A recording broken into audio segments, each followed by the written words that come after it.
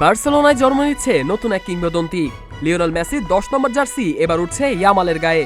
মাঠের পারফরম্যান্সে তিনি অনেক দূর এগোলেও প্রশ্ন এখন আয়ের দিক থেকে মেসির পাশে পৌঁছাতে কতটা পথ বাকি ইয়ামালের।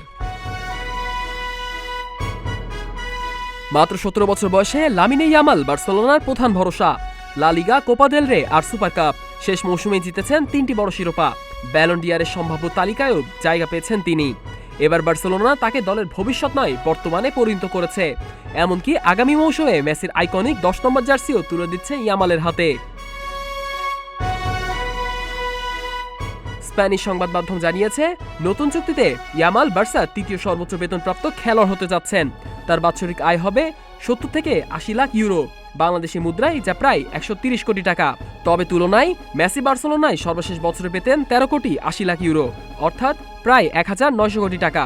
সেই হিসাবে মেসির আর্থিক উচ্চতাকে ছুঁতে এখনও অনেক পথ বাকি ইয়ামালের।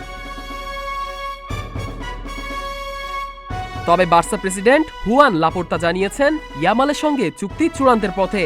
ক্লাবের প্রতি ইয়ামালের ভালোবাসা আর মাঠের পারফরম্যান্সই বার্সার নতুন আশার নাম।